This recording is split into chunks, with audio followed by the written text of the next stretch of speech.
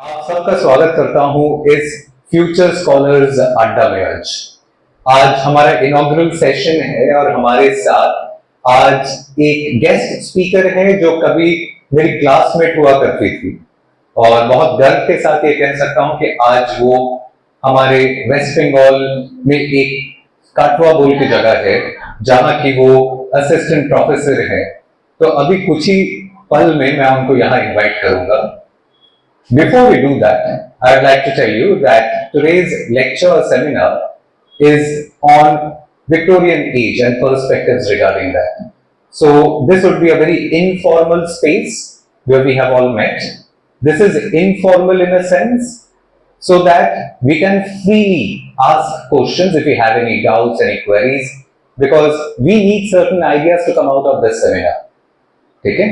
So feel free to ask questions. So आप आशा कर सकते हैं, हम भी आशा कर सकते हैं कि इस सेमिनार के खत्म होने के बाद सबके पास कुछ नया होगा जानने को, कुछ नया हम लोगों ने सीखा होगा। अगर आपको ये वीडियो ऑनलाइन देखना है तो आप फ्यूचर स्कॉलर्स का जो नीचे यूट्यूब लिंक का चैनल दिया हुआ है, आप उस पर क्लिक करके ऑनलाइन इसको देख सकते हैं। ठीक है, और अगर आपको कोई क्वेरी है तो आप नीचे दिए गए ईमेल आईडी पे भी आप हमें अपनी क्वेरीज भेज सकते हैं रिगार्डिंग विक्टोरियन एज। हमारे गेस्ट स्पीकर उसको आंसर देंगे। और अगर आपको कांटेक्ट करना है हमें तो उसका फोन नंबर भी आपके स्क्रीन पर नीचे होगा। इसके साथ मैं अपने आज के गेस्ट स्पीकर को बुला लेता हूं। हमारे द फ्यूचर स्कॉलर्स अड्डा में पहली स्पीकर जो आज इनॉग्रेट करेंगे इस सेशन को, she is professor Indrani Ray. A big round of applause for her. So, Professor Indrani Rai from the Department of English, Katwa College. Now, the whole session will actually be anchored by her. Session के बाद, since it is a very informal space, जैसे मैंने कहा, आप लोग आराम से प्रश्न पूछिएगा। ये एक तरह का अड्डा है, तो हम लोग मेंटल अड्डा देने आए हैं, जहां पर मेंटल कुछ कसरत हम लोग यहाँ पे करेंगे, कुछ सीखेंगे। तो विद दैट ज्यादा देर नहीं करते हैं और हम लोग शुरू करते हैं आज का लेक्चर जो है विक्टोरियन एज के ऊपर। तो over to you Indrani. Thank you, Dr. Jasmeet Singh. As known to all of you, but for me, we go a long way. We go a long way back since he's been a classmate during our post-graduation days. And it was a very, very engaging 2 years together, fun-loving, based on mutual learning. And I would like to congratulate, before beginning, I would like to congratulate my friend on this wonderful venture.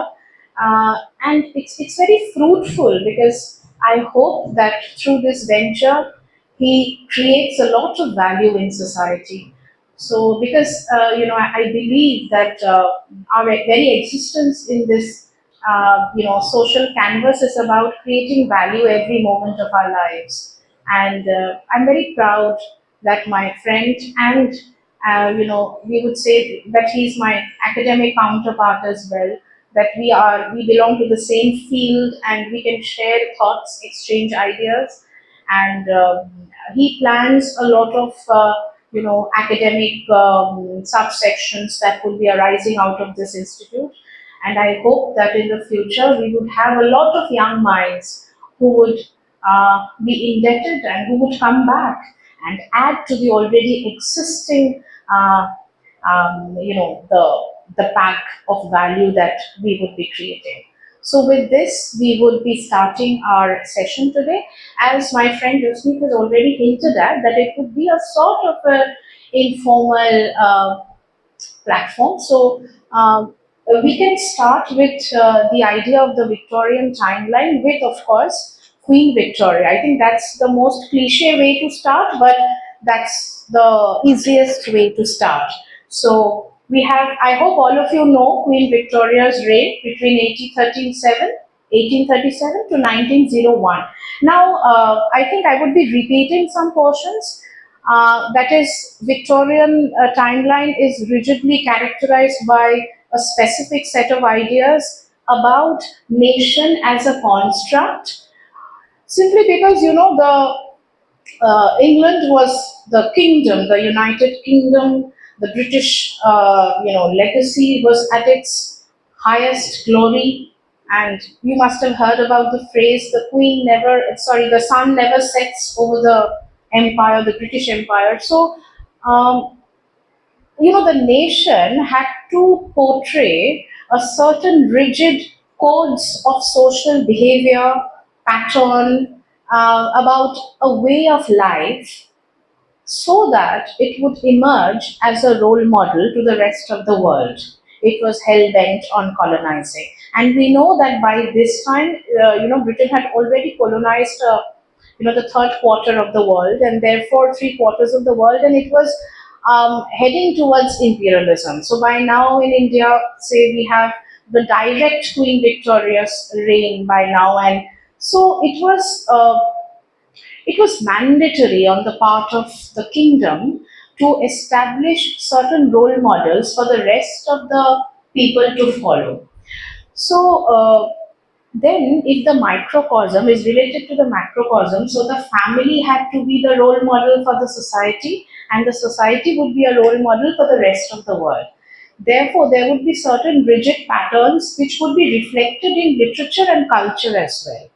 So, if we link this with industrial revolution, then by now we have this emerging working class as well as the ruling bourgeois, and therefore we have this very and by now we have Karl Marx, we have Engels. So I would like to direct your attention to Communist Manifesto, which was published in 1848, and that is very, very important. And we also have Origin of Species in 1859, and you have this very interesting work by Engels, which is Condition of the Working Class in England, which means that by now the concerns of the working class was something that Engels thought was required. That means a proletariat revolution was required by now. So the class system on the one hand was very rigid, where you had the the literature and the culture was rich, was constructed keeping in mind the middle class, the elite class, but you also had the proletariat revolution which was taking place on the fringes and it was making its voices heard. So Victorian period therefore is a period of contradiction. You will have certain works which will valorize the concept of the empire. So I say, for example, if we think of Jane Eyre as a novel, you all must have read Jane Eyre or must have kind of heard about it. So you know the story, you know about Bertha Mason, so we will not repeat the story. Now, what is interesting is how Bertha Mason becomes the mad other, and we can come to this idea of madness, etc., later on. But how does the construction of the empire takes place? Through Jane Eyre is also very important. So, if you see Bertha Mason, which we never think of, when we read Jane Eyre, the colonial hangover that we have when, say, I was your age or younger to you and we were reading Jane Eyre, we read Jane Eyre very romantically. And so, like we loved the idea of Mr. Rochester getting married to Jane Eyre, despite the fact that he had a wife. We never questioned the idea of why his wife lived in that attic.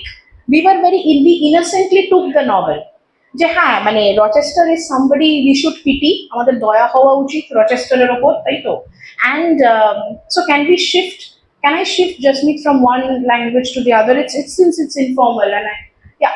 So the idea we never questioned about Bertha Mason. Bertha Mason for us was the normal villain other, and we were like so romantically involved with Jane Eyre. We thought that Jane Eyre should get married to Rochester and Bertha Mason should be killed, should die, should go out of the way, and there has to be a romantic happy ending to Jane Eyre. So it's a very, that means literature and culture is successful in kind of building up that construct of bourgeois idealism, that how things should be, and empire as a whole is also successful in othering the other races. So if you think of Bertha Mason, she was a Creole, A Creole is a product of the white and the Jamaican, the local Jamaican colony that they were so successfully, that they successfully repressed. So Creoles were neither accepted by the local Jamaican community nor were they accepted by the white English. So, and why was Rochester forced to marry Bertha Mason? It is only later, যখন আমরা, if you remember that novel by Jean Rhys, White Sargasso Sea, সেটা যখন আমরা পড়ছি তখন আমরা we are taught, আমরা হঠাৎ করে we are conditioned, we are kind of anti conditioned to recondition and think about the fact that আচ্ছা এবার আমাদের প্রশ্ন করা উচিত তাহলে বার্থা মেসনের পার্সপেক্টিভ থেকে যদি আমরা নভেলটা পড়ি তখন কিন্তু আমরা বুঝতে পারছি যে how Jane air is a political construct of the empire. So তার মানে যে কোনো লিটারারি ওয়ার্ককে আমরা পলিটিক্যালি দেখতে পারছি না। Politics is inevitable. A political approach to any literary text is inevitable and required in order to build that kind of sharpness towards critical angles, right? তো তাহলে যে কোনো লিটারারি ওয়ার্কে ভিক্টোরিয়ান পিরিয়ডের the predominant idea is that the empire, the construction of the empire as a role model becomes very, very important. তাহলে এবার যদি আমরা বাকি জায়গাগুলোতে আছি, যদি এম্পায়ারকে আইডিয়াল হতে হয় তাহলে বাকি যে ডিভিয়েন্ট গুলো, মানে এখানে I am very attracted to this idea of the বডিকে কি বলছে যে any criminal deviant mind equated with physical irregularities which was kind of given by Max Nordau and Cesar Lambroso, and this led to a lot of racial hierarchy during the Victorian period. এখানে বলছে যে if you think of Bram Stoker's Dracula's I mean visage, his countenance is of course a product of this tendency to condition racial hierarchy. So whenever I'm approaching Dracula, I have to read this essay by Max Nordau and Cesar Lambroso which talks about the criminal deviant, মানে any body which is not white, which is not middle class, which is not elite or handsome or classically proportioned becomes a sort of a deviant. তাহলে ফিজিওগনমিটা কতটা important হচ্ছে to determine the criminal factor, তার সঙ্গে ম্যাডনেসও যুক্ত হচ্ছে যে any form of even masturbation for that matter was considered to be something that was not socially acceptable. So women who had who exhibited sexual behavioral patterns, or they were wild enough to express their desires, or men who did not fit to this construct of the white middle class, classically proportioned male, obviously became the deviant. তাহলে আমরা Victorian টাইমলাইনে একটা মানসিকতা দেখতে পাচ্ছি যে যখনই এই কনস্ট্রাক্টগুলোর বাইরে কাউকে আমরা দেখতে পাচ্ছি তখন আমরা আদারাইজেশন করছি, and this became very predominant during the কারণ এই obsession with creating the ideal empire becomes very important, কারণ আমাকে নিজেকে ওয়ার্ল্ডে একটা মানে প্রমিনেন্ট পাওয়ার হিসেবে নিজেকে ডিসপ্লে করতে হবে। তাহলে লিটারেচারই বলো কালচারই বলো এই সমস্ত রকমের টেন্ডেন্সিস গুলো কনস্ট্রাক্ট করাই হবে এইটার মানে চতুর্দিকে। This will be the centre and everything will be constructed around it. Okay, so এর আগে আমরা যদি একটু লস গুলো ভাবি, মানে আমরা I will not get in to the novels and the timeline, কারণ that you are supposed to self study যে কি কি novels important, বা আমাদের নেচে যে প্রশ্নগুলো আসে chronology আসে, হ্যাঁ, publications আছে, so I mean memorizing publications are not something intellectual, so I mean that you all can always do it following the question pattern, but Victorian period approach টা খুব important, so the intellectual approach and the political approach to the timeline is important. So আমরা যদি loss গুলো ভাবি যে এই সময় এর আগে যে পুয়ার লস গুলো ছিল, that catered to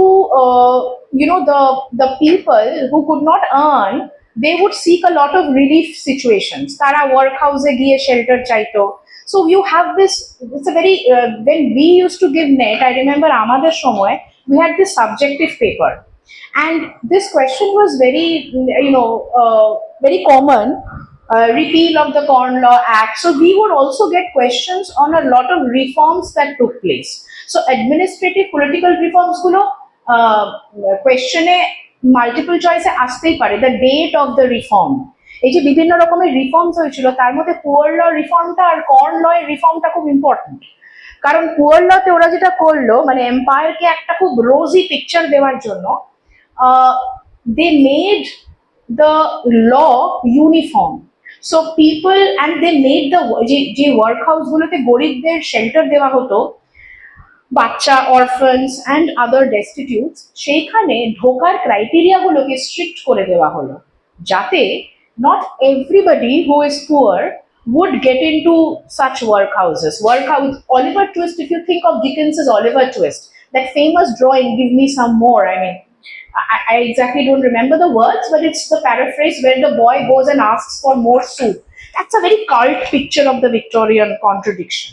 So on the one hand, you have the great exhibition of 1851, if you remember, and that's a very important question that comes, that great exhibition was what? একটা glass steel palace যেটা প্যাক্সটর build করেছিল, প্যাক্সটর সাহায্যে build করা হয়েছিল, Joseph Paxton, and the British empire তারা বিভিন্ন colony থেকে যা যা প্রেশাস নিয়ে এসেছিল সেগুলো সমস্ত সেই মিউজিয়ামে that was being, displayed, and it went on for 6 months.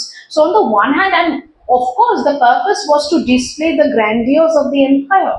So on the one hand, you have the great exhibition of 1851, and on the other hand, you can see rampant prostitution, and there is a desperation to control and to kind of,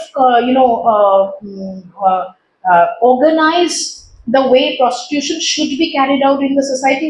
Say, for example, Dickens says that the fallen woman should either leave the country or they should be restricted to a certain place.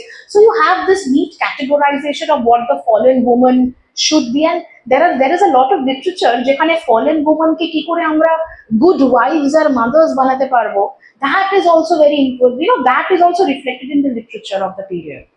So if you think of Louis May Alcott's Little Women, please read the work.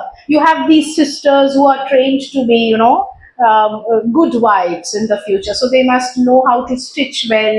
So the embroidery and stitching and weaving becomes a very important pattern because it's a symbol of the woman who has to weave life together. She has the responsibility of keeping the family together. And a very important part of the family construction was also the use of governesses.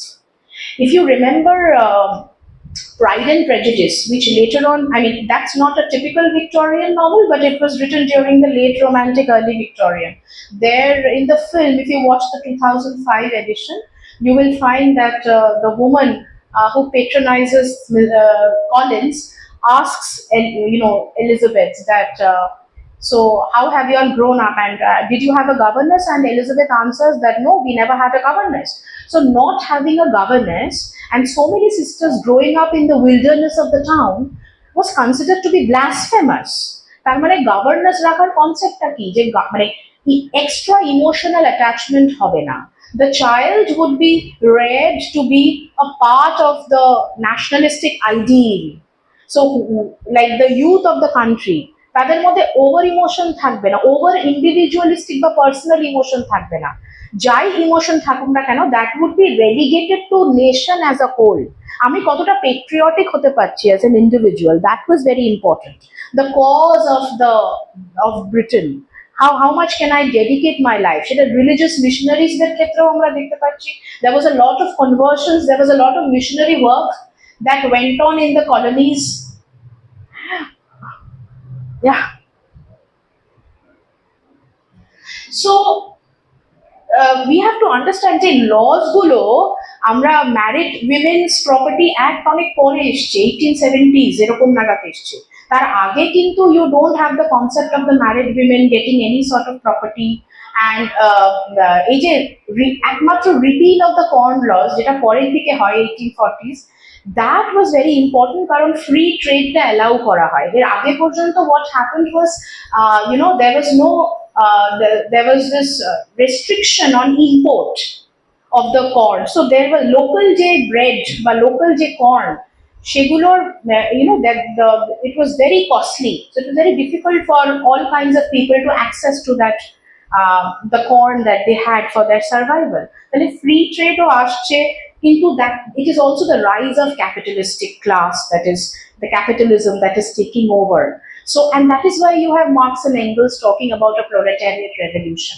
কারণ তারা ওই ফ্যাক্টরিতে working conditions গুলো দেখছে, observe করছে। So you have Elizabeth Gaskell, you have Charlotte Brontes Shirley, you have Condition of England novels on one hand, you also have industrial novels by Elizabeth Gaskell and et al. On the other hand. তাহলে when you are memorizing the works and the publication, categorize them into the kind of novels that you are reading or the kind of literary work that is happening in the Victorian period. So you have poetry, you have drama, which is not very conspicuous in the Victorian period, and then you have novels. Rise of the novel is also very important. Kano novels are suddenly become so important as a genre.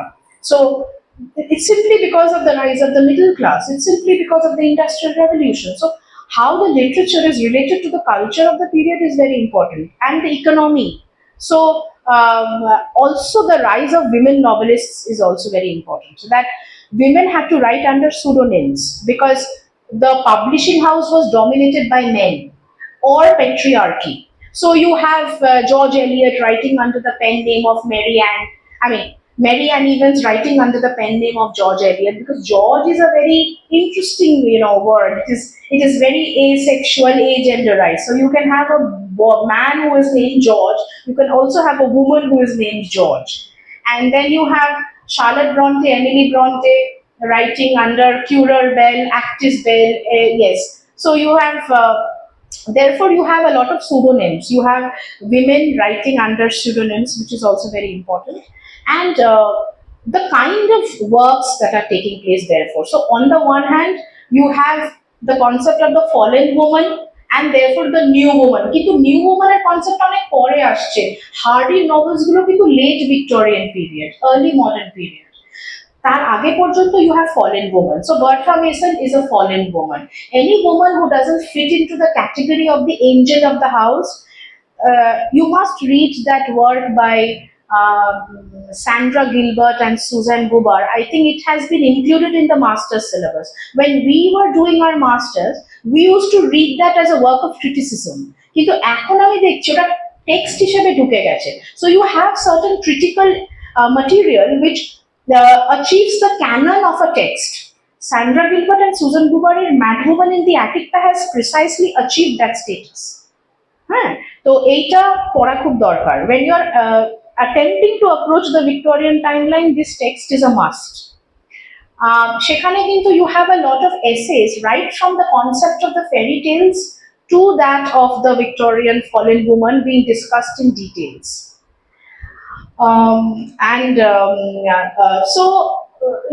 Therefore we can think of therefore the corn laws, and then you have the poor law, কিভাবে work houses গুলোকে regulate করা হচ্ছে, how poverty is being separated, repressed and kept under covers. So শুধু তাই নয়, যে কোনো poverty novel-এ যেরকম অলিভার টুইস্টে আমরা দেখতে পাচ্ছি a rags to riches story, তার মানে I'm trying to give it a fairy tale ending. So, and you also, if you think of these novels as well, you have women, if you think of Pride and Prejudice, and later if you think of Jane Eyre, if you think of Villette and all that, women being governesses is also a very important motive which recurs. And these women are usually not very well off financially, but and they, of course, they haven't received any property from their, they've probably had, but then they've had rich uncles or some relative of theirs who is rich, and then finally that relative is usually without any heir, so that relative passes the fortune to this heroine of the story, and then somehow she manages to get married to an earl or a count or a baron, or someone who is very rich. If you think of Darcy, I mean, Elizabeth and Darcy's story is very romantic. But what would have happened if Darcy would not be rich is my question. I mean, if Darcy didn't have that estate, and if you watch the film, I mean, you should watch the film to get hold of the hang of the visual imagination of what, how, I would like to call it material wealth. That very early in the 15th century, Shakespeare's critics have called that. I mean, love comes with money, and I don't think you can separate the two in the social construct of what I mean. That is why I always feel that the sonnets which spoke of love actually spoke of love, because there you have this poet who would fall in love with someone else's wife, whom you could never get. I mean, consume the relationship. That is love. But whenever you come to this modern approach to what you call love, but I mean, I don't get it how it is love, because it is related to money, it is related to career, it is related to. I mean, I was just watching Emily in Paris, that stupid. Yeah, I liked it, and there I found that all the relationships that Emily is going through. I've just watched 2 seasons, and I'm binge watching the third. When my son goes up to sleep, I watch Emily in Paris. That is the example of a hysterical woman who has to balance motherhood and career and her own sexual desires as well. I mean, not every time all sexual desires is related to the conventional idea of sex. Even watching Emily in Paris is a sort of a erotic channelization of a woman trying to achieve a sense of freedom and a sense of openness about life itself. So there, all the relationships that Emily goes through a lot of adventure. It's a cultural you know she is looking at Paris from an American perspective. So it's a cross cultural current, and at the same time, all the relationships that she's going through definitely centers on her career, her options. So any boyfriend who is not willing to relocate is struck off the list. So love becomes, I don't get this idea of love anymore. So love becomes a sort of a theory which is very difficult to apply in terms of whenever you're asking for freedom, you're asking for economical emancipation, you're asking for autonomy. I don't understand how love goes with this. Number one. Number two, therefore, the Victorian realistic novels never actually separated the two. The only novel that separated was Wuthering Heights by Emily Bronte. Yeah, that talked about Catherine Earnshaw's love for Heathcliff. Have you read the novel? Please read it. I mean, if you have not, and if you're passionate students of literature, you must read Wuthering Heights before you die. So there, Catherine Earnshaw's love for Heathcliff is almost like a doppelganger. Like Heathcliff is the mirror image of Catherine Earnshaw. So the only love that you can achieve is the love for yourself, your other self. And she gets married to someone else, because that's the Victorian idea of marriage. It has never coincided with love. So you must understand that marriage comes with property, it comes with economic shelter, it comes with the comfort zone of being able to raise a family. Therefore, marriage is a responsible action, whereas which should not be linked to emotional impulse. That is very well brought about in the Victorian timeline. It has to be related to class. They don't have caste, but it is related to the class, the idea of property, and you will see a lot of marriages taking place on the idea of the women, how they raise their children, that how they should approach marriage. So even in Pride and Prejudice, the first line is a man in possession of a large fortune or something must be in need of a wife. That must is very important. I think that kind of signaled the Victorian approach to realistic novels, when material wealth, or I would say, becomes very, very important along with love. And it was there, it was always there. It just became very contradictory in the Victorian timeline. So, on the one hand, if you have Porphyria's lover, you remember the poem? If you have Porphyria's lover, where this idea of love being, a sort of over possession, a sort of something that is transcendental, And because it doesn't fit into this idea of the social construct, therefore Porphyria is killed by her own lover.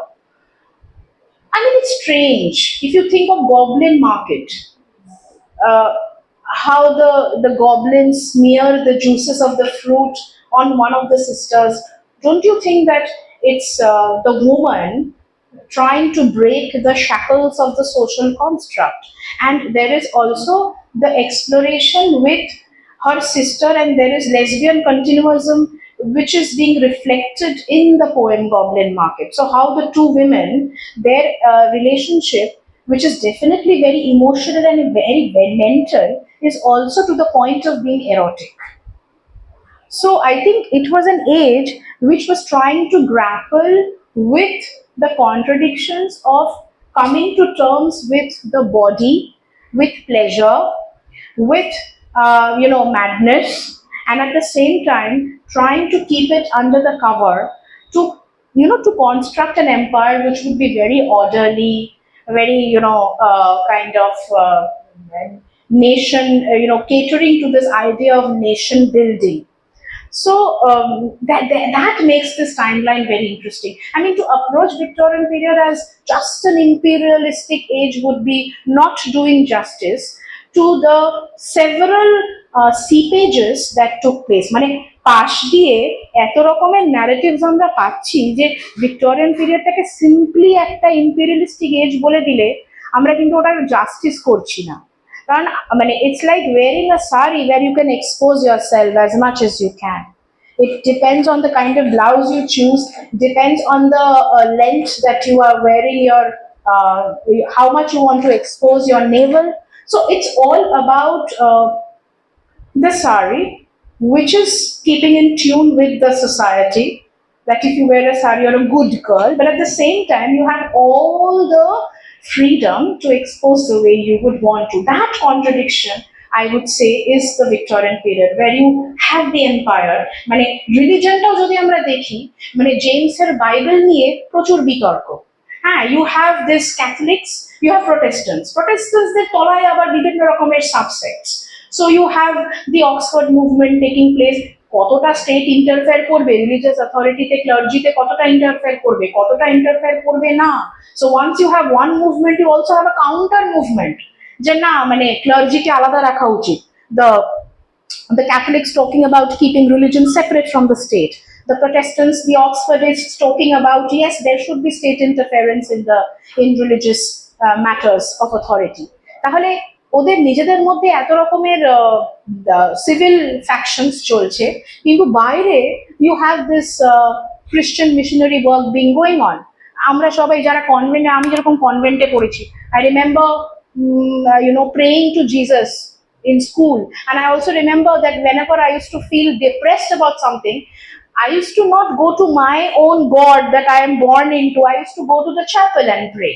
So these are all colonial hangovers which took place for a long time. এখন আমি যে স্কুলে পড়তাম সেখানে হয়তো আর নানসরা নেই বা Anglo ইন্ডিয়ানসরা পড়ায় না, কিন্তু আগে পর্যন্ত পড়িয়েছে। মানে আমাদের সময় we got nuns, we got Anglo Indians. So it was a conscious decision on my part not to enroll my son into a convent school, because I didn't want him to go through that same colonial hangover which I went through. But it took a lot of time to decolonize myself, because ওই যে Abrahamic idea of good and evil, সেটা এত প্রেডোমিনেন্টলি Victorian প্যাটার্নে embedded যে এইটা good আর এইটা evil, এর মাঝামাঝি লেয়ার্স গুলোকে আছে কিন্তু সেগুলোকে রেকগনাইজ করা হচ্ছে না। সেটা কি হচ্ছে, সেটা কলোনিগুলোতেও আসছে, স্পেশালি এলিট ক্লাসে সেটা কিভাবে ঢুকছে।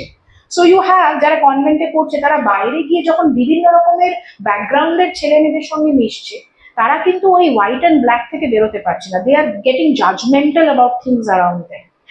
So we have to understand that the idea of empire is always built on this construct of binary of good and evil, যে এইটা অ্যাকসেপ্টেড আর এর বাইরে যা থাকবে সেটা ইভিল হবে, রাইট? সো আর একটা জিনিস যেটা খুব ইম্পর্টেন্ট, আমরা যখন গবলিন মার্কেট তোদের সিলেবাসে সবার মানে কারোর না কারোর সিলেবাসে পড়েছিস, consumerism also becomes very important part of the Victorian market, যেটা আমার গবলিন মার্কেট পড়ে মনে হয়েছে। যে এই যে গবলিনসরা বিক্রি করছে তারা এন্টাইস করছে come by it's also a very popular form of I would say a literary way of uh, highlighting the idea of Victorian consumerism. কারণ ইন্ডাস্ট্রিয়াল রেভলিউশন যখন হচ্ছে, যখন কম ইনভেস্টমেন্টে অনেক জিনিস তৈরি করতে পারছে, প্রোডাকশন এত বেড়ে যাচ্ছে, তখন তো কিনতেই হবে। You need a lot of buyers. Yeah, so I remember a student of mine, সে তাকে একটা লিটারারি কম্পিটিশনে তাকে গবলিন মার্কেটের ওপর একটা থিম দিয়ে পোস্টার আঁকতে বলা হয়েছিল। তো সে স্টক আর সেন্সেক্স ছাড়া কিছু বোঝে না, মানে বাড়ির চাপে ইংরেজি পড়তে এসেছে। এবার you know what he did was, ও গবলিন মার্কেট পড়েনি, ও প্রত্যেকটা পরীক্ষার আগে শুধু সামারি জিজ্ঞেস করে যেত।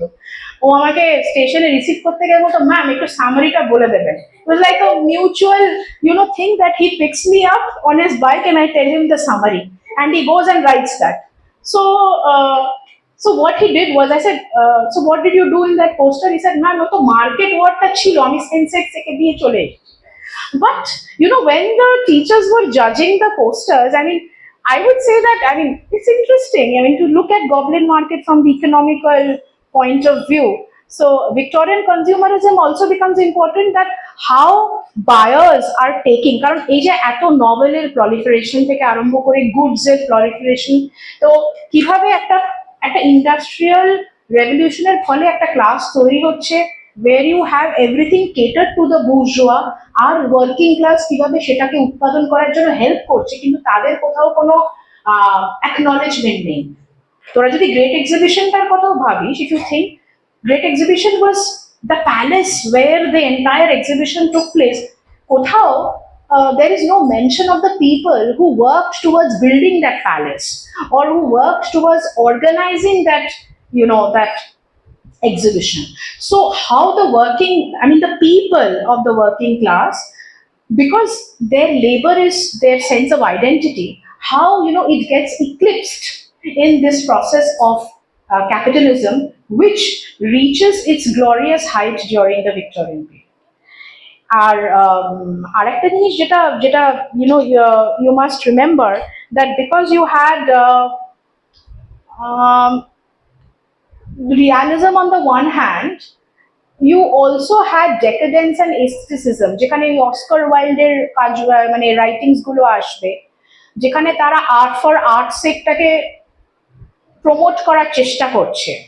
সো ডেকাডেন্সের ওপর আলাদা করে প্রশ্ন আসতে পারে, এস্থেটিসিজম কিভাবে প্রমোটেড, কিভাবে মানে কাজ করেছিল, how it kind of worked as a counter revolution can is important.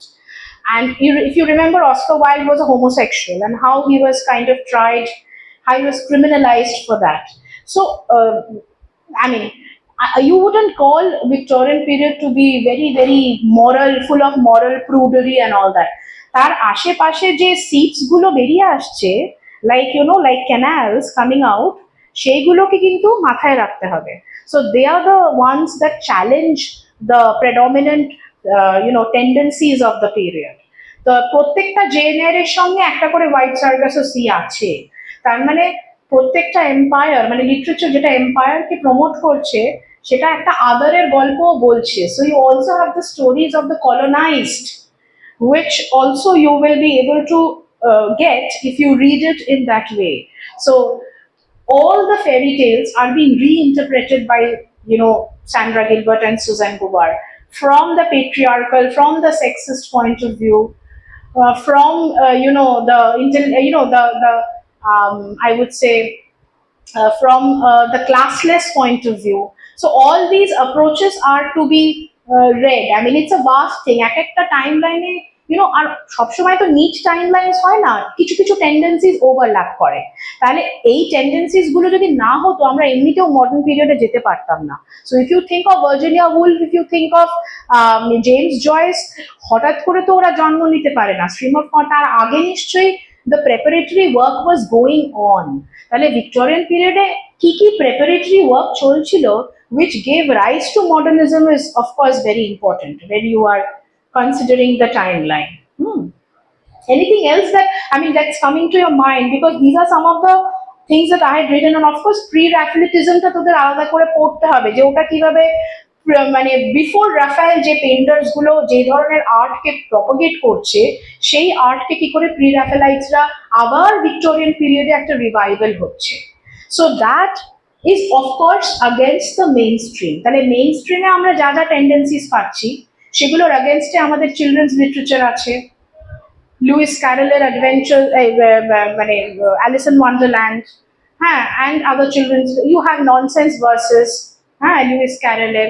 তো ইউ হ্যাভ এই যে কাউন্টার কালচারগুলো, gothic art, children's literature, Dracula বল, মানে যেগুলো ডিভিয়েন্ট লিটারেচার, যেগুলো ওই মেইন স্ট্রিম থেকে আমরা কাউন্টার কালচার হিসেবে, কাউন্টার মুভমেন্ট হিসেবে পাচ্ছি। Even Porphyria's lover for that matter, even Browning এর যে ড্রামাটিক মনোলগস গুলো, সেগুলো তো ভিক্টোরিয়ান কন্ট্রাডিকশনটাকে ভীষণ অ্যাপ্টলি তুলে ধরে।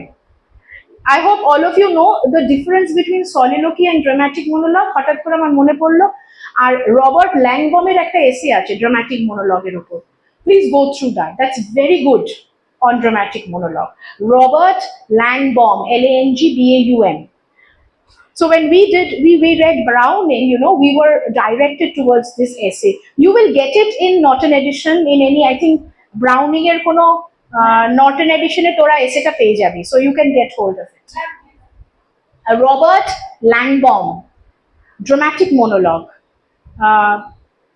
ওখানে খুব ইন্টারেস্টিংলি রবার্ট ল্যাংবম বলছে যে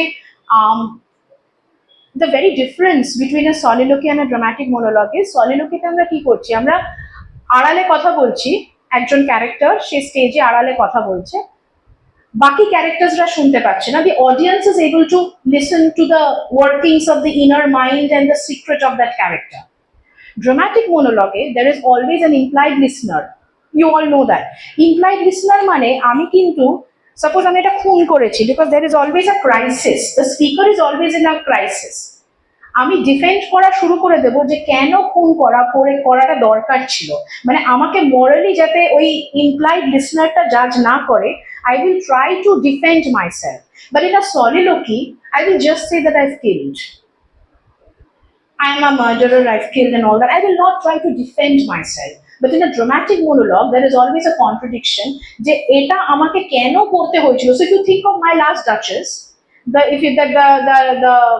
the Duke is absolutely sexist and very, very narcissistic, very megalomaniac, and he kills the Duchess. And when the poem opens, there is another marriage proposal, and he has already killed the Duchess, and the photograph is hanging, and he's explaining to the new marriage proposal that why the Duchess died. I mean, in a poetic way that all smiles, because as if, you know, the woman used to smile at all her admirers. So therefore he killed her. I mean, that's implied. So it's like he's also constructing the idea of an ideal Victorian woman, that you cannot go out of your way and do the things that a free woman can do.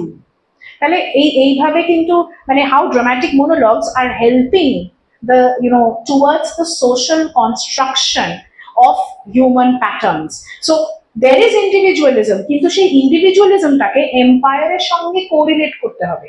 So any individualism which does not subscribe to the concept of the empire or nation is a deviant individualism. That is not to be accepted by society. So individual preparation থাকবে, glorification থাকবে, কিন্তু সেটা নেশনের মতো হতে হবে, as a nation's ideal citizen. So, you know, these dramatic monologues actually point out the secret departures of individuals who are, where you can understand the binary as to, so a person like a duke would be an ideal citizen of the nation, and the Duchess, who used to smile at all her admirers, would and used to demand a sense of freedom or autonomy, is a fallen woman and therefore should be killed, cannot be the good wife. It's also a kind of a message to the next marriage proposal that this is what I expect the future wife to be.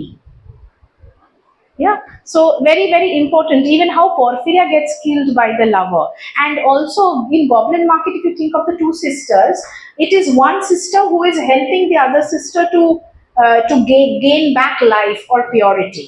তাহলে how moral purity or prudery becomes very important as opposed to any woman or any individual who falls outside the canvas of that moral preconceived purity that was kind of given out by society. So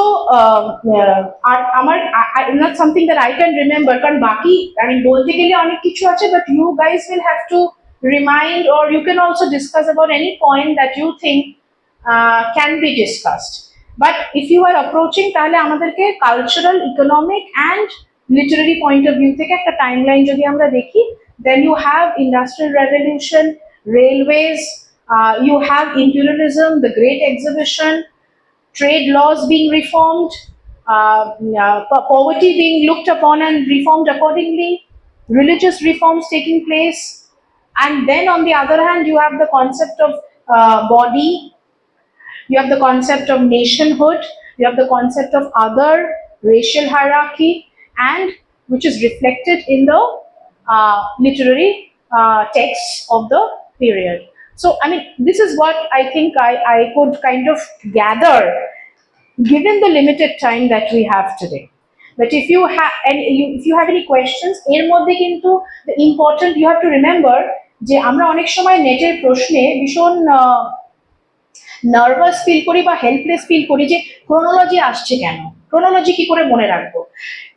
বিষয়টা হলো সবসময় if you notice there is a স্ট্র্যাটেজিটা হচ্ছে যে সবসময় important অথরদেরই chronology আসে। Important মানে যেগুলো এস্টাবলিশড ক্যানানে ইম্পর্টেন্ট, সবকিছুই তো কনস্ট্রাক্ট, আমরা কনস্ট্রাক্টের বাইরে তো কিছু ইমাজিন করতে কিছু এক্সিস্ট করতে পারি না, ইমাজিন করলেও এক্সিস্ট করতে পারি না।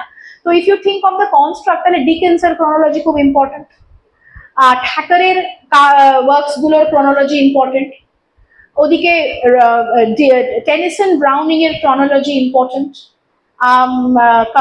এলিজাবেথ গাস্কেলের ক্রোনোলজি ইম্পর্টেন্ট। মানে different kinds of genre, different এবার নভেলের মধ্যেও there are different types of groups of novels or classes of novels, তো সেগুলো যারা important কিছু ওয়ার্ক সেগুলোর publication dates and chronology important. So you may get a question on Benjamin Disraeli's Two Nations, সেটার publication date আসতে পারে। মানে এগুলো cult text, cult mad woman in the article publication date আসবে, মানে যেগুলো has been path breaking and prominent authors, so you don't have to feel helpless যে আমাকে মাইনর নভেলিস্ট মনে রাখতে হবে না। তো এইভাবে অ্যাপ্রোচটা শুধু, প্রত্যেকটা জিনিসেরই তো একটা অ্যাপ্রোচ থাকে। You cannot just search about in the darkness, and especially in a competitive exam there is no question of searching about in the darkness. So the most important approach is to understand that there is a strategy A, and B, then what is the strategy. So the strategy is always, it is about cult texts or literary cultural works that have conditioned the period. তাহলে এঙ্গেলসের condition of the England এর ওপর যে কাজটা, সেটার publication date আসতেই পারে, because that was very path breaking. It may not be a direct Literary text, but it was something that that kind of constructed the way people looked at the Victorian society. Great exhibition এর ডেটটা আসতে পারে, poor লয়ের ডেটটা আসতে পারে, reform কবে হয়েছিল। So it's not that you will get literary questions, there will be extra literary questions, but there will always be questions that has contributed to the approach of that period, okay, to the critical approach of that period. So সেই মতো you have to make a list of the published works and accordingly study, okay. So now we move into a question answer session. अब मैं आप लोगों से ये जानना चाहूंगा कि आपके पास अगर कोई प्रश्न है, यदि কোনো প্রশ্ন থাকে, so we can now ask our guest speaker for today. So I suppose Devotri is the one to ask the first question. So Devotri, over to you. Thank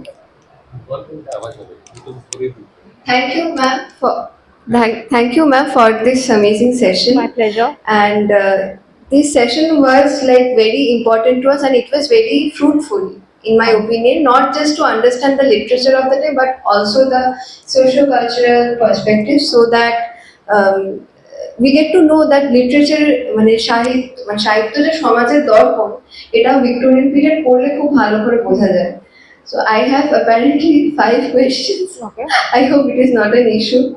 So, and my questions are catering to the reasons maybe that they end with a why. So my first question is, like you at the very beginning of your lecture, you said that the Victorian period, the nature was presented as a construct, a social behavior pattern was needed. My question is why there was a need to portray nation as a construct. My first question. My second question is like when you were telling us about Pride and Prejudice, you said that governance as a job it became very important, and it was to cater to the need that they should not have personal emotions. Why there was this need to not have personal emotions? My third question is what was the reason for the emergence of fairy tale fiction this sort?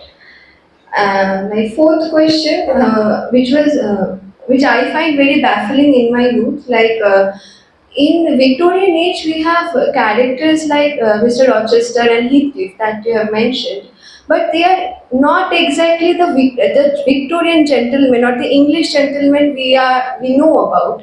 They are these Byronic characters who are very thinking very out of the box, and it is very baffling that Rochester himself belonged from that elite class who is very well versed in the manners and everything, still he behaves like that. My question is why these characters who are so out of the norm and so taboo and no in the society were being popularized. And my last question was you said that you compared Victorian period with a sari where there is expression and a censorship, right? My question is, in romantic period, there was no such censorship. Like from Shelley to Byron to Coleridge, we see a rampant explosions of expression. My question is like, why this emotion? It was not carried forward in the Victorian era. Thank you.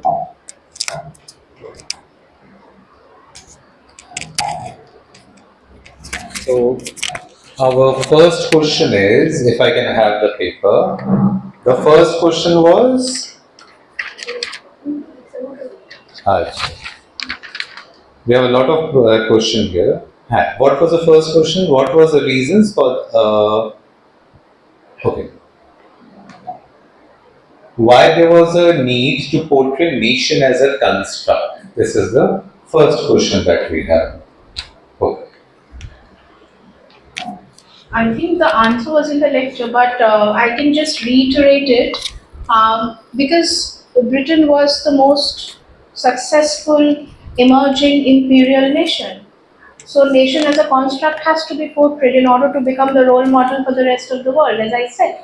তো এটা খুব স্বাভাবিক যে আমাকে যদি রাজা হতে হয়, if you remember, then you can think about Rabindranath's Rajarshi. There was a novel. Was it a novel or a play?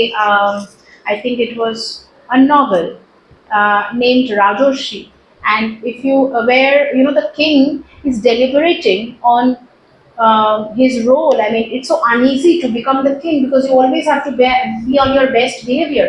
Think about Ram.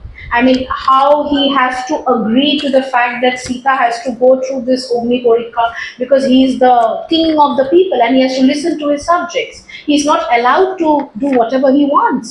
He is sitting on the throne. He has to keep up to that public image of being with his people. So despite having the fact that there is so much of contradiction within him, he wants to be the good husband, but at the same time he also has to listen to the subjects, and therefore he relents to this idea of Ogni Porikha. So similarly, if you think of Shakespeare's quote, "Uneasy lies the head that wears the crown." It's very popular.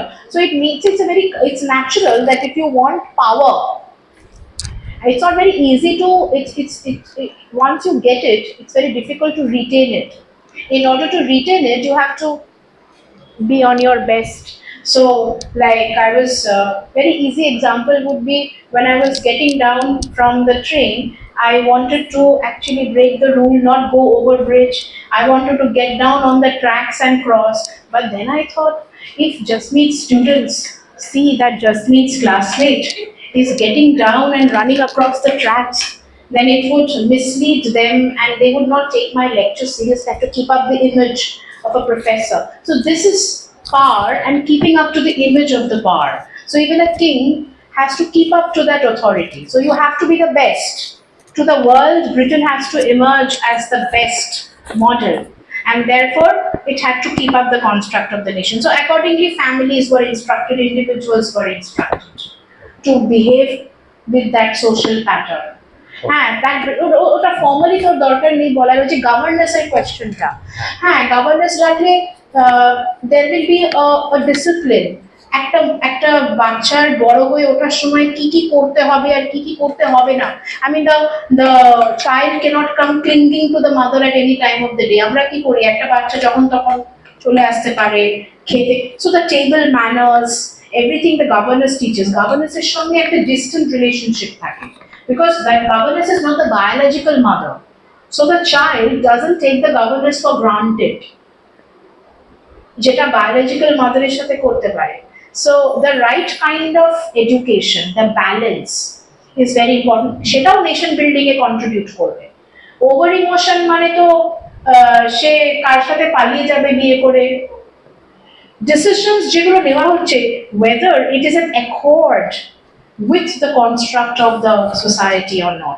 so governess বড় করছে মানে তাকে বিভিন্ন কারণ governess তাকে রাত্রে শোয়ার সময় nursery rhymes শোনাচ্ছে nursery rhymes গুলো কি construct of how the ideal girl should be or the boy should be that the boy should become a prince should be very chivalrous should rescue the woman in danger এইগুলো হচ্ছে গতানুগতিক ধারণা যেগুলো একটা governance একটা বাচ্চা যখন বড় হচ্ছে তার মধ্যে ইমপ্লান্ট করা হচ্ছে so that was considered to be therefore governance the role of the governess becomes important because everything is directed towards nation building okay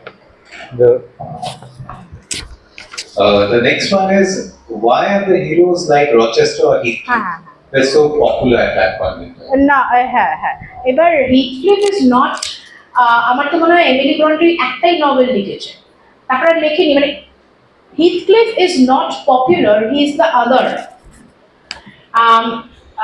Rochester কিন্তু রচেস্টারের ব্যাপারটা হচ্ছে যে he is also not the icon or if you think of Darcy মানে এরা কিন্তু মানে out of the norm গিয়ে চেষ্টা করছে কারণ ভিক্টোরিয়ান পিরিয়ডে তো এত নেশন বিল্ডিং এর চাপ দিলে তো মানুষ অটোমেটিক্যালি মানে তাদের মনে হবে তারা খাঁচায় বন্ধ সবসময় একটু think about what the country wants আর নিজের মতো কিছু দেখো আমাদের এত ফ্যামিলি প্রেশার থাকে বিভিন্ন রকমের এই যে এই ইংলিশ অনার্স করতে হবে বা ডাক্তার হতে হবে আমি শেফ হতে পারবো না so even if I have a skill in cooking I cannot be the chef I cannot be a painter why because I painting এ নাকি টাকা পয়সা নেই so there is a problem right so individual versus society that একটা age old essay question যেটা তোদের আসে তো এখানেও you know if you think of Rochester পরে যদি জেন হোয়াইট সার্কাসও সিটা পড়িস দেখি Rochester is a very pitiable figure যাকে বাবার কথায় বিয়ে করতে হচ্ছে বার্থা মেসনকে কেন প্রপার্টির জন্য কলোনির জন্য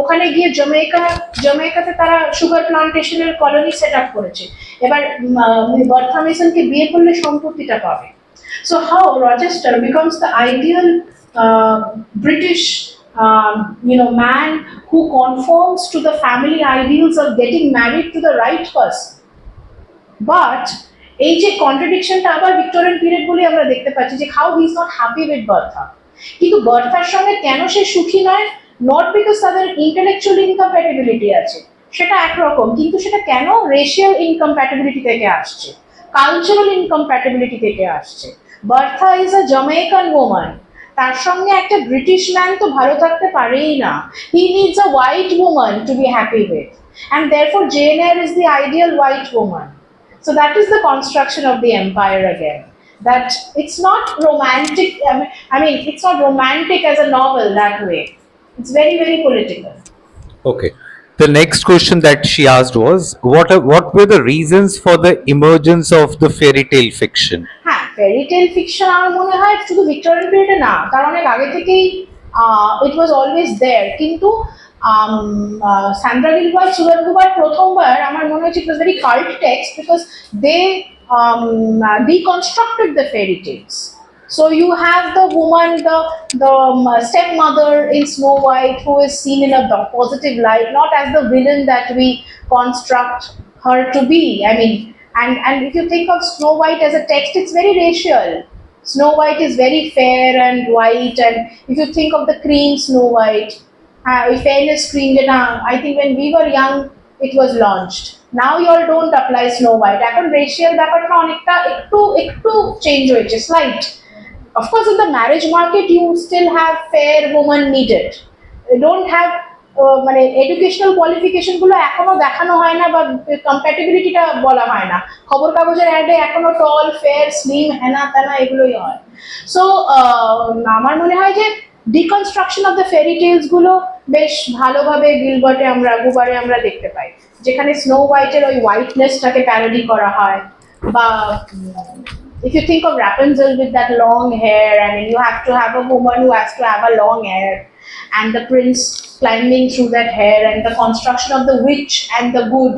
ওই এঞ্জেল আর উইচের কনস্ট্রাক্টটাকে ভেঙে ফেলা হচ্ছে কারণ ওই আদারাইজেশন গুলো তৈরি হচ্ছে। একটা দিকে it is a sort of resistance against the concept of nation building, যে মানে লোকেরা রেগে গিয়ে করছে। আবার আরেকটা দিকে ওই মানে ভেঙে দেওয়াটা পলিটিক্যালি কাজ করছে, যে তুমি যদি এরকম করো তাহলে তোমাকে সমাজ মেনে নেবে না। সো ইফ ইউ মানে তোমার কাছে দুটো চয়েস আছে, তুমি ডিকনস্ট্রাক্ট করে অটোনমি চাইলে তাহলে you will not be respected by society, and if you are the good woman, you are the angel, then you will be respected. তাহলে ম্যাড ওম্যানের কনসেপ্টটা আসছে, কিন্তু সেটা বাইনারি হিসেবে কাজ করছে, এঞ্জেলের অপোজিটে। তাহলে angel of the house, the wife, and who cannot be the wife. যারা এঞ্জেল তারা ওয়াইফ হতে পারবে, আর যারা ওই এঞ্জেলের ক্যারেক্টারিস্টিক্স গুলোতে মানে ইয়ে করতে পারবে না, they will not be able to justify the characteristics of the angel, they will become the mad woman in the act. So if you don't want to be cast by your husband in the act, then you better be the angel. সেইভাবেও আমরা দেখতে পারি। So practically speaking, fairy tales is also a construct of patriarchy. একদম। The patriarchy has constructed a kind of a fairy tale image where only girls like fairies can get married to that. Okay, so the next question is, do we have any more questions with it? Devargo has a question. So Devargo. তারপরে Olivier প্রশ্ন আছে, তাই তো? Acha. So Devargo has a question first, so let us. Olivia has willingly given. Have this also. ওই মাইকটা আমার মনে হয় বেটার নাকি? এটাও তো hold this. Hello. First of all, thank you so much, ma'am, for explaining the whole socio-contemporary picture of the Victorian age. It was quite insightful, and there's one question that I have. It's not like directly related to the Victorian age, but the thing is, since you mentioned that it was like a transitionary phase where certain preparatory ideas for a more liberal ground in literature and other fields were like getting like arranged. Germinated. We have Afra Ben, right, who started her career with her own name, and then we have works like Goblin Market, which had the intonations of certain lesbianism, as you mentioned. So then why do we have Mary Ann taking the name of George Eliot if Afra Ben already started with her name? And since Victorian age was like a transitionary phase where people were coming up with newer ideas, this idea of new woman, as you mentioned, then why do we still have people like Mary Ann who had to use a pseudonym? True. A pertinent question. আমার মনে হয় Marian came before the concept of the new woman. George Eliot কিন্তু publication dates গুলো যদি দেখিস, then Middlemarch বা Mill on the Floss, they of course Afra Ben is before, but then if you think of new woman, it became very cliche, মানে একদম canonical হয়েছিল। কিন্তু হার্ডির ওই Jude the Obscure, Sue Bridehead as the quintessential new woman. হ্যাঁ, বা আমরা যদি return of the native ভাবি, Eustacia Vye, very very new woman, but these women are destroyed in their lives. To think of Eustacia By, she meets her death. If you think, I mean, Egdon Heath's descriptionটা আরেকবার পড়িস, মানে return of the native এর first চ্যাপ্টারটা, সেখানে the concept of new woman, how what kind of struggles they go through. Hardy's women, because they are very singular, many of them are rebels in their own way, the kind of struggles they are going through in the society. So society to ওরকম ভাবে sharp changes হয় না. You get the emergence of, even in today's society you will have women who are very who are conformists, and you will also have women who are not conforming, but we are living in the same milieu. So probably George, I mean, women who belong to a more privileged class, women who were who kind of belong to the bourgeois, would definitely have the tendencies of using pseudonyms more than say women who would consider writing and belong to the lower class. কারণ এখন আমরা দেখি যে it's all kinds of rituals and orthodoxies are like the guardianship of the upper class. It is the upper middle class যারা ওই constructs গুলো set করে, আর তারাই ওটার victim হয়। আমি বলবো নিচের দিকে, the more down you go, the more people are flexible about conforming to certain rigid norms or behavior. তাদের মধ্যে they are more interested in making money or survival, তখন তাদের মধ্যে এইভাবে করলে লোকে আমাকে এইভাবে দেখবে, এইভাবে অত rigid patterns কাজ করে না। So probably George Eliot, the reason would be her class, her religious conservatism. That would her thought about her family situation, that would compel her to use pseudonyms. It would be more of a class choice and a singular choice. Thank you for the amazing and very helpful session. Pleasure. I was thinking that you were mentioning a term quite often, that the fallen woman and or the ideal woman in the Victorian age. Now, more or less, we still have that merge that there woman should be Yeah, that binary type of ideal woman and the fallen woman. Now, I was thinking that, or my question is that how the characteristics of the Victorian age, I mean, মানে ওই fallen woman or ideal ওম্যানটাকে basically বোঝানোর চেষ্টা করছে, মানে that can be the political issues হতে পারে, বা any other thing that can indicate that fallen woman or the ideal woman. Now, somehow I think that dress, when we talk about the Porphyrius lover, the dressing that we learn that the dress she was uncovering, it is from the head to toe, and also in the Pride and Prejudice or other novels we see such things more often. So I was wondering then, if political and social issue, except this, is there any characteristics that indicate that ideal woman or the fallen woman that we can সেই সময়, right? yes, During- yes, Victorian age or any other age? I don't think আলাদা করে ড্রেসের কোনো there was any conspicuous change about dress. If you watch the films, you will get a hang of the kind of costumes they wore. But one thing that was very very predominant was they wore a coarse material inside the gown, and that should define their figure. So objectification was there, whether you're a good woman or a fallen woman. For the fallen woman, the objectification was to lure woman towards having a sexual union, and for the good woman, it was to use her body into a convenient marriage. So if you watch the movies, you will absolutely get a hang of the dress, where the handmaidens or the mothers would help the women to get dressed, and they would tighten the thread, so I mean the woman would almost suffocate, but your body lines would have to be sharply defined, because women, the only use that women had was of course the body, and women as a reproductive machinery. So how much child you can bear, so by looking at the body, the elder woman of the family যারা দেখতে আসতো তারা বুঝতে পারতো যে how much fertile that woman would be, কতটা সে child bear করতে পারবে। That's very interesting that a woman was needed in the family to bear children and to, carry forward the genetics of the family. So therefore the woman had to be sexually pleasing and be a good field for fertility. So accordingly the dress pattern would be constructed. Thank you, ma'am. Like আমার একটা খুবই মানে strike করলো ওই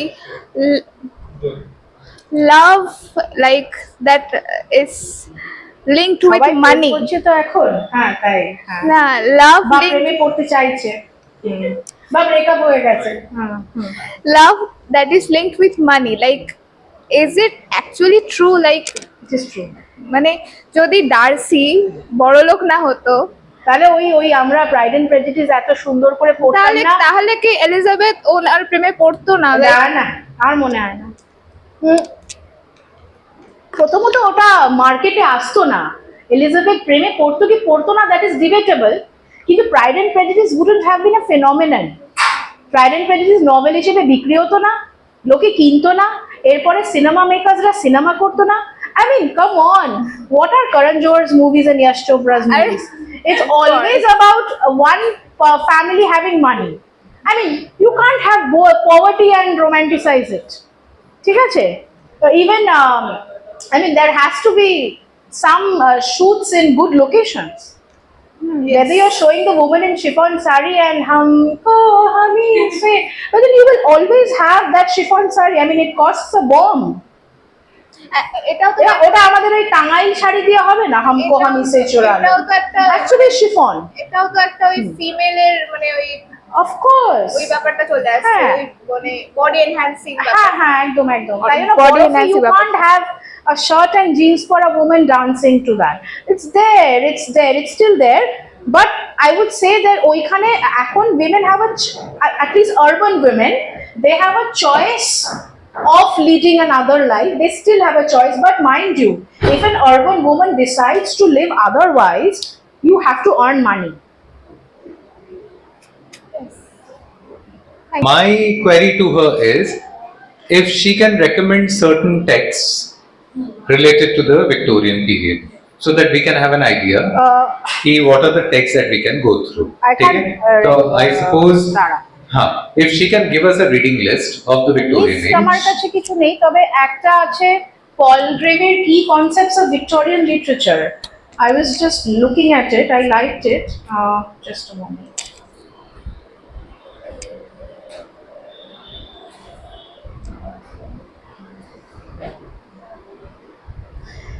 One is Maureen Moraner লেখা Victorian Literature and Culture. Maureen Moran,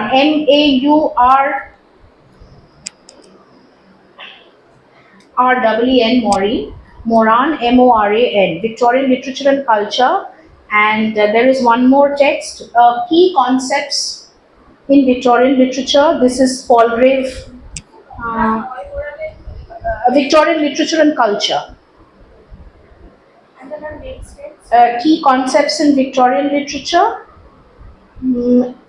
Saw Purchase, SEAN, Purchase, PURCHASE.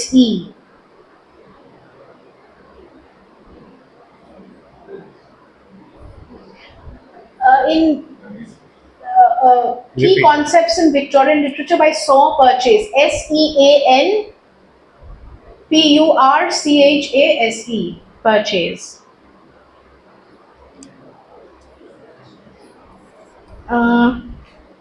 And of course, I told you about Sandra Gilbert and Susan Hubbard.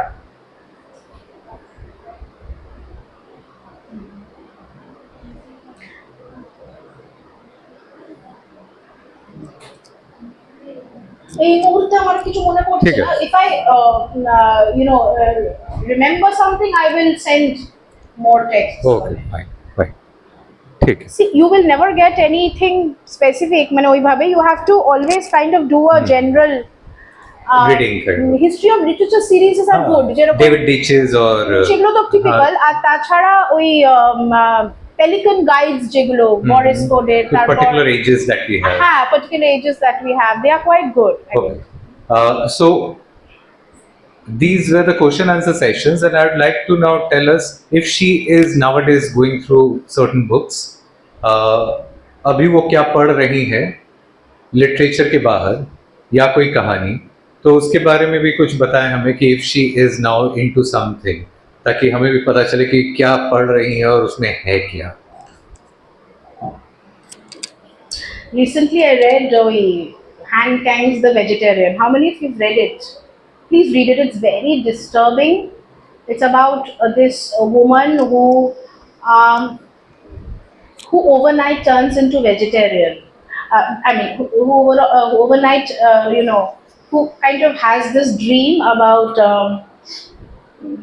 blood and flesh, and she turns into a vegetarian, and how her husband is unable to take this change, and how she constantly compares herself to that of nature, of becoming a tree one day, of becoming a plant one day, and how she gets involved with her sister's husband, who is an artist, how she relinquishes her marriage and she gets involved with her sister's husband, who is an artist, the artist who decides to paint her nude and who paints flowers on her, foliage on her, and decides to paint her in that state, and how the artist paints himself also with a lot of trees and flowers, and how both of them film their sexual intercourse as a sort of ode to the environment, that how union takes place in nature, how human beings, how anthropocentrism, that is how the way how human beings have defined the world around them, that this should be normal, that should be abnormal, these are the constructs. So how this work is a very disturbing literature on how nature is beyond any sort of human construct, and nature does not follow the prescribed norms of morality and immorality that is looked at by human beings. So it's a very, very disturbing work which addresses Korean culture, which is predominantly very non-vegetarian. It is not asking us to become vegetarian. What it is telling is that any sort of deviant practice from the established norm is very disturbing and very psychological, and how much struggle the characters have to go through, those who decide to resist the constructive norms of society. So, and then later on, the sister who discovers this sexual transgression does not accuse them of extramarital affair. She feels that both of them have become completely mad, against the concept of madness and civilization. Foucault would come here if you look at a theoretical approach. And then, the sister, and how she's under treatment, this woman, because she's not understood by society, and she's under treatment, and how the sister starts identifying herself with this version of her sister, the other sister. So here you have at the same time an alternative exploration of the body and the mind, apart from the social construct. So I think this received the Nobel last year. Okay. So, can you repeat the name, please? The Vegetarian by Han Kang. The Vegetarian. The idea of being a vegetarian, in fact, is very disturbing. Yeah. Just it's a complete layman point of view, and it's Han Kang. H-A-N Han, K-A-N-G Kang. Because while we were in our CU days, we used to come to those shops and have fish fries and chili chicken every day. I remember that stretch from CU to Shialda, and we had horrible roll shop. Yes. One roll shop which was horrible. Chibre. We used to have from there because it was compulsory to have that roll. I mean, otherwise the system wouldn't work. Exactly. The fact that we were learning in the Gothic architecture called CU. And with a very limited pocket money that we had at that point in time. So that's it. So I suppose with this we come to the end of today's session. A big round of applause for Indrani. for coming all the way from Behala today It takes 2 for hours. this. It takes 2 hours. It's a long journey, na? But anything for adventure. हाँ so एक phone call, active phone call, and she was like, "I'm ready for it. I will be coming." She is presently teaching at Katwa College. She is the assistant professor, Department of English from Katwa College. We will again be meeting her someday, definitely. We have certain plans that we will be moving forward with. अभी कुछ नहीं बताएंगे, that's in the making phase, तो पहले हो जाए, and then we will tell you what are our plans, because we all know that our ultimate destination is College Service Commission. And remember, NET, SET, JRF, GATE, definitely they are important from your career perspective, but more than that, gaining knowledge, making yourself a complete human being is more important than passing through those exams. So we don't exactly know how many of us will pass that exam.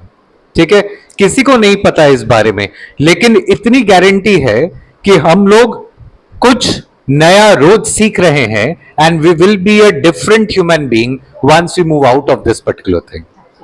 ठीक है, तो it's about gaining knowledge. जितना knowledge है, जितना मिल सके, कहीं से भी मिल सके, कहीं पे भी आपको नॉलेज मिले, उसको गेन करें. That is more important. ठीक है, once you have that knowledge with you, even if you don't get into that CSC rigmarole or your net set thing, I am damn sure you will be able to earn your bread and living, He's right. because your knowledge will take you places. Remember, this is the most important thing that we know. ठीक है, We have this construct of survival. যে এইটার পর এইটা করতে হবে, otherwise my life is nowhere. But if you have the knowledge, you can open a lot of avenues. You can think of new ways of earning money. So, using your knowledge base, you can think of new creative ways of earning. You know, you have to come out of this. Of course, you can expect and you can fight for it, but it should not be the end of the life if I don't get this coveted CSC thing. Because there, you know, now that I'm working in a situation like that, I can tell you it's not all romantic and hunky dory. There is a lot of problems related to the job. I would say there is someone else who may be happier doing his or her own business. So it's not always, you know, the grass. You know, you may feel that it's very coveted, but it may not give you that kind of happiness or that kind of creative satisfaction. So the knowledge base is very important. Sheta jodi, if you can keep on evolving yourself, you will find out ways of earning. That is important, to keep your your mind open to alternative avenues. That's very important. exactly, that is very important. Every one of us sitting here has certain talents within yourself. I know a lot of people sitting here, Debojit, Rana, Meem, Devotri, Shreya, Olivia, Ohuna. In fact, most of them, as I know, they are very talented people. Ohuna, Shweta, the talent of always coming late. Pardon me. But then, your talent will take you places, your knowledge will take you places. Run after knowledge, attract knowledge, because then that knowledge will attract money. So your road to money goes through knowledge. So don't run after money, go after knowledge. Okay, so with this we end this session. Next month again we will have a very enriching kind of an adda. Someone new again will be sitting here and he or she will be telling us certain stories. With this we end this session. आज का ये जो seminar था, जो अड्डा था, अगर आपके पास भी कोई क्वेश्चन है तो ईमेल आईडी जो नीचे स्क्रीन पे आपको दिख रही है, अभी तो नहीं दिख रही है, एडिट के बाद दिखेगी शायद, तो आपको अगर कोई भी क्वेश्चन पूछना है आप ईमेल आईडी पे क्वेश्चंस डाल सकते हैं, हम उसका क्लैरिफिकेशन जरूर देंगे. आज तक के लिए इतना ही. मिलते हैं फिर ब्रेक के बाद. शबा खैर, टाटा, गुड बाय.